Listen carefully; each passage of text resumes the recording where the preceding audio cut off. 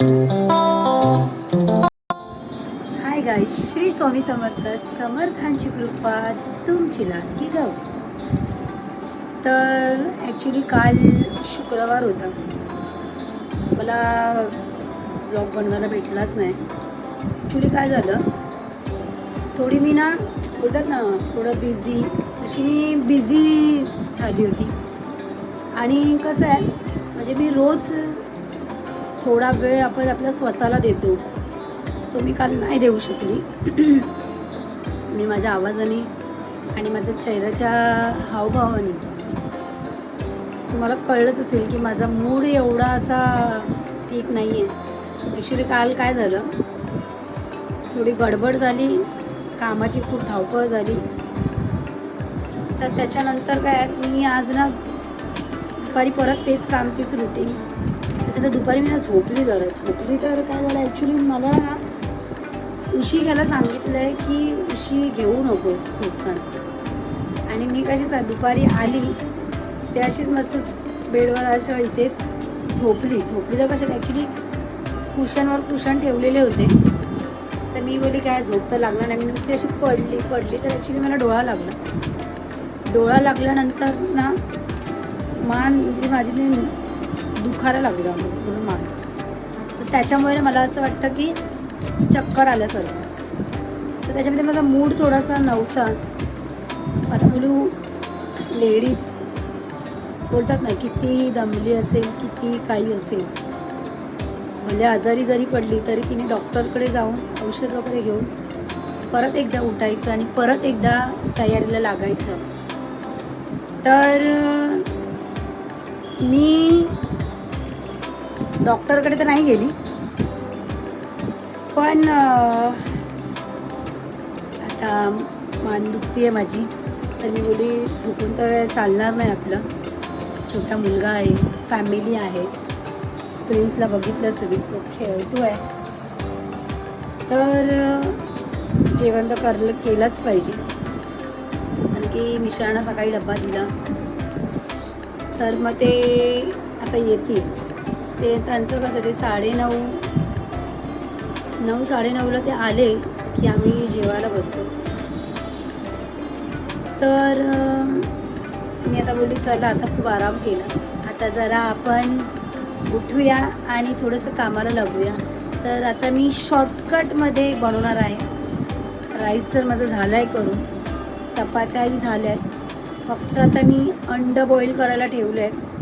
आता छानपैकी माझं वाटण तुम्हाला माहिती आहे मी करूनच ठेवते, तर वाटण पण आहे. तर मी आता झटपण अंड्याचं मस्तपैकी कढी बनवणार आहे आणि विषय इथेच थांबवणार आहे. कारण की आज मला ना अजिबात ताकद नाही आहे भरपूरसं जेवण करावं आणि भरपूरसं दाखवावं. तर आज मी शॉर्टकट मारणार आहे अंड्याची कढी. तर मग या आता मी बनवणार आहे अंड्याची कढी. तर त्या बाजूच्या काकी आलेल्या आहेत, त्या नेहमी संध्याकाळी एक राऊंड मारून जातात आमच्याकडे, काय कसं चाललं आहे विचारतात. आम्हाला फार बरं वाटतं, त्या आमच्याकडे येऊन विचारतात की काय मग बाबू कुठे गेला, काय करतो आहे. असे बोलतात ना, आपल्या आजूबाजूचे जर आपल्या बरोबर चांगले असले की दिवसही आपला चांगला जातो. तर असे माझ्या आजूबाजूचे नेबर खूप चांगले आहेत. तर मग आता आपण भेटूया अंडा कढी बनवायला. तर मग मी तुम्हाला सांगितलं की आपण आता शॉर्टकट मी बनवणार आहे अंड्याचं कढी. तर तुम्ही बघू शकता, तुम्ही गॅस मी चालू केलेला आहे. आम्ही जरा याच्यात तेल घालते आणि जर तेल आपलं गरम झालं त्याच्यात मी हा थोडा तेजपत्ता आहे तो घालणार आहे. शिजेला ह्याचा खाताना त्याचा फार छान असा सुगंध येतो, म्हणून मी तेजपत्ता घालणार आहे. आणि हा शॉर्टकट जेवण आहे, तर तुम्ही बघू शकता. वाटण तर मी तुम्हाला सांगितलं माझं रेडी असतं. तर वाटण आहे, लाल मसाला, तिखट वगैरे सगळं एकत्रच घेतलेलं आहे, अंडी आहेत. तर मग आता आपण स्टार्ट.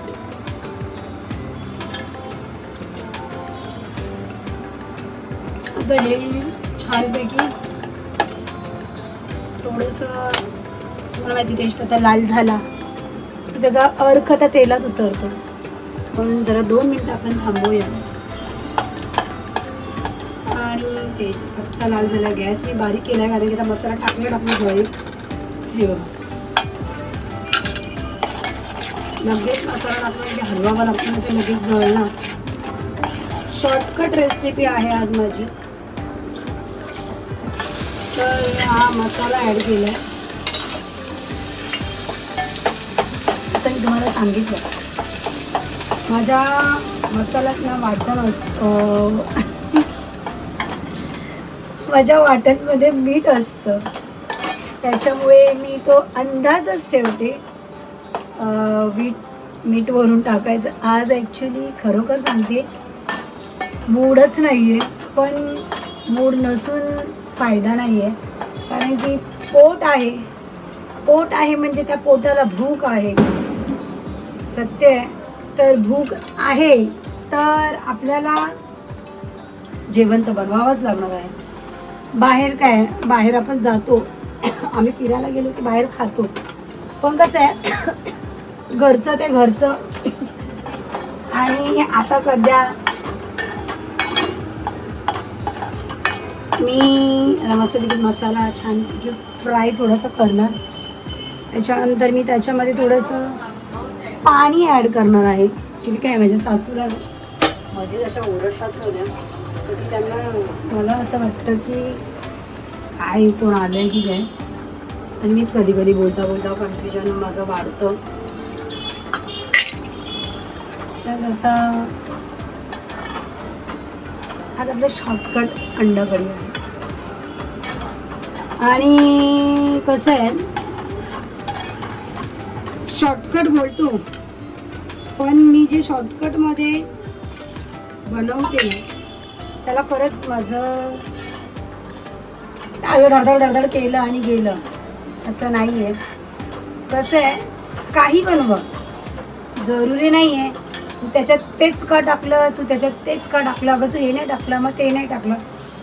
बघा ॲक्च्युली काय बोलतात, खूप सारी लोक आहेत त्याच्यामध्ये. कसं आहे, त्या खूप साऱ्या लोकांमध्ये सगळ्यांची जेवण करायची पद्धत ही वेगवेगळी आहे. कोणाची पद्धत काय आहे, कोणाची पद्धत काय आहे, हे ज्याची त्याची पद्धत आहे जेवण करण्याची. आता ही पद्धत माझी आहे की मी तेलात, ॲक्च्युली कसे माझे पप्पा आहेत, आता नाही आहेत, पण माझ्या घरी मम्मीकडे मी तुम्हाला सांगितलं माझी मम्मी दुकानावर असायची हाराच्या. तर माझे पप्पा कधीतरी ना असे तिला बोलायचे की तू आज थांबली असशील, आज मी जेवण बनवते. तर माझे पप्पा खरोखर जेवण बनवायचे आणि एवढं सुंदर जेवण बनवायचे.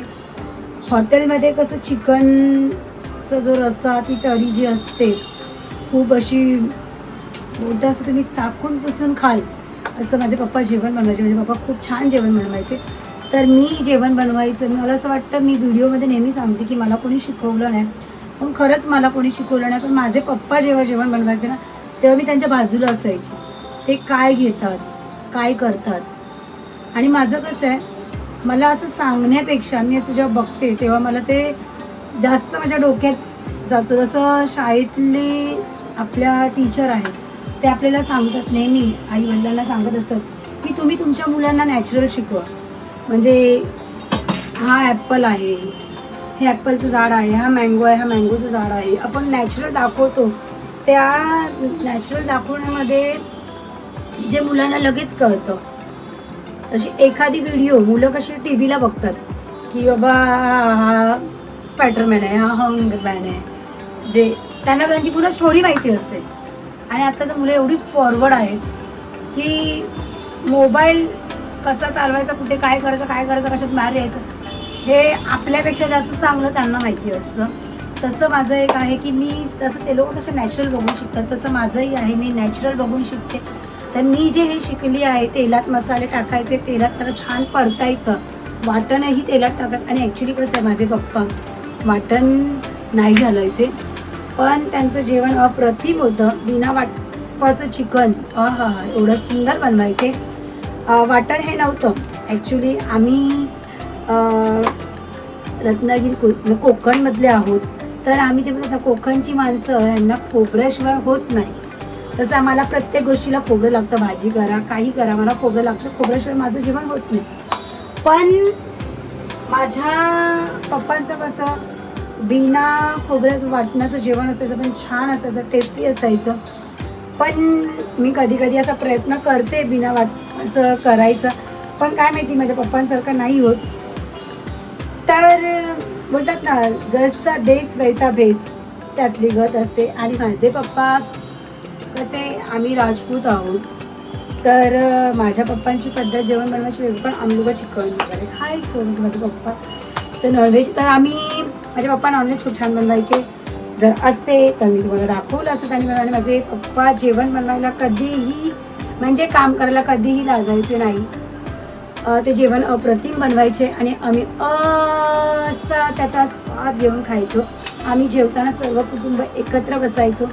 मी जसं तुम्हाला सांगितलं आहे की आमचं कुटुंब मोठं होतं. माझी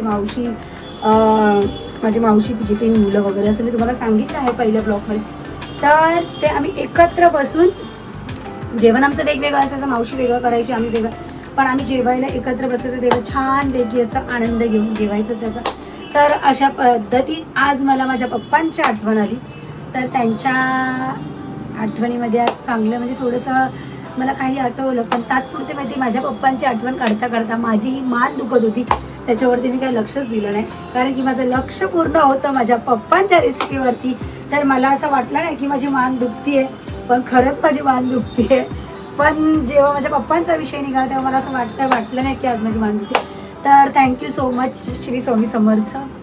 तर गाईज, मला तुम्हाला हे सांगायला आवडेल, मी जेव्हा जेवण बनवते तर काही कसं असतं की काय आहे, मी जेवण बनवते ते एवढी बडबड करते. तर माझी बडबड का असते माहिती आहे, आपण जेव्हा जेवण बनवतो तेव्हा मी तुम्हाला सांगितलं आहे की आपण कोणाला निंदायचं नाही, कोणाविषयी वाईट नाही बोलायचं. कारण की जी नॅगेटिव्ह वाईब्स आपल्या शरीरात येते ती ना आपल्या जेवणात उतरते जेवण करताना.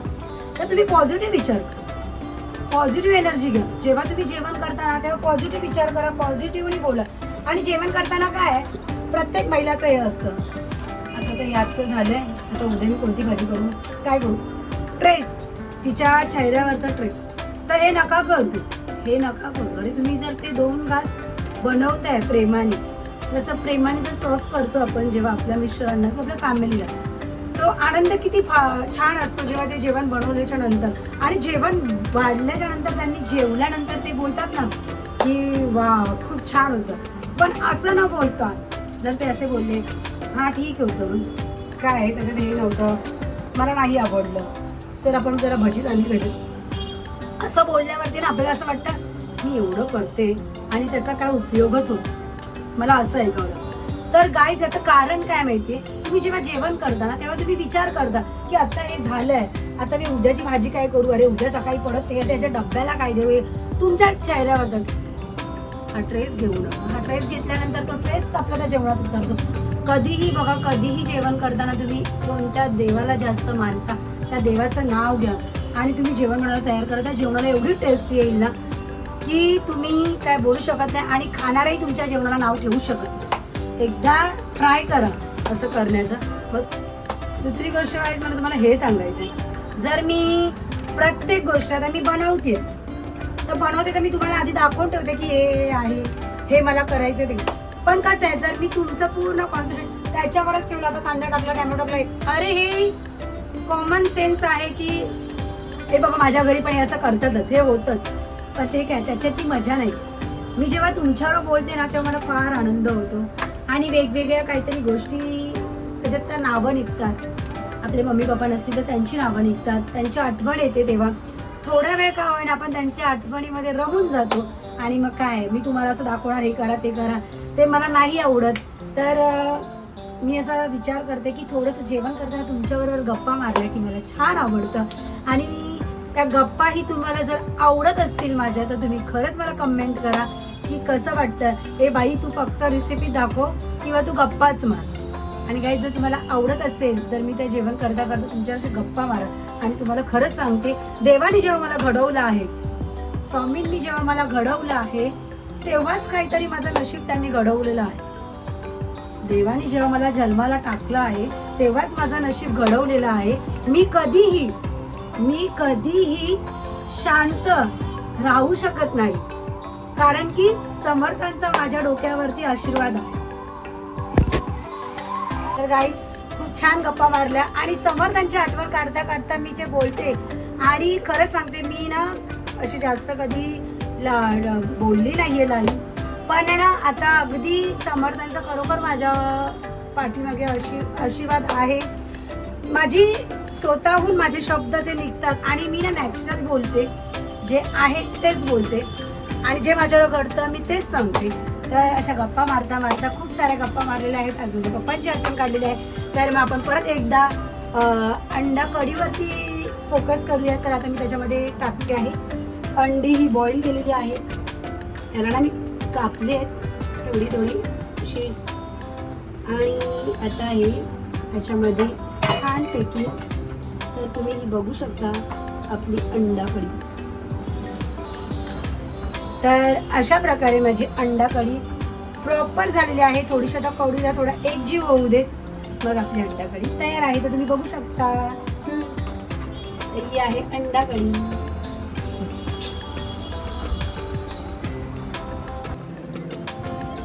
अंडा कढी होता आता थोडं साडला आहोत प्रिन्सकडे, आणि प्रिन्सला सांगितलंय की प्रिन्स मोबाईल बघू नको, तरी पण तो बघा मी जेवण करताना त्याचा तेवढेच मजा आहे. तो आपला मस्तपैकी बघा कसा लपवलाय मोबाईल आणि बघतोय. आता त्याला बघा ही सगळी गंमत आहे प्रिन्सची. तसंच आहे, लहान मुलं खेळल्याशिवाय राहणार नाही, ते आपल्या नेहमीच आहे. हमको मत लेना नाही. तर अशा प्रकारे आज माझं होती रेसिपी अंडा कढीची, तर ती झालेली आहे आणि तुम्ही बघालच कशी झाली आहे ते. तर मग आता भेटूया आपण पुढच्या ब्लॉगमध्ये. बाय.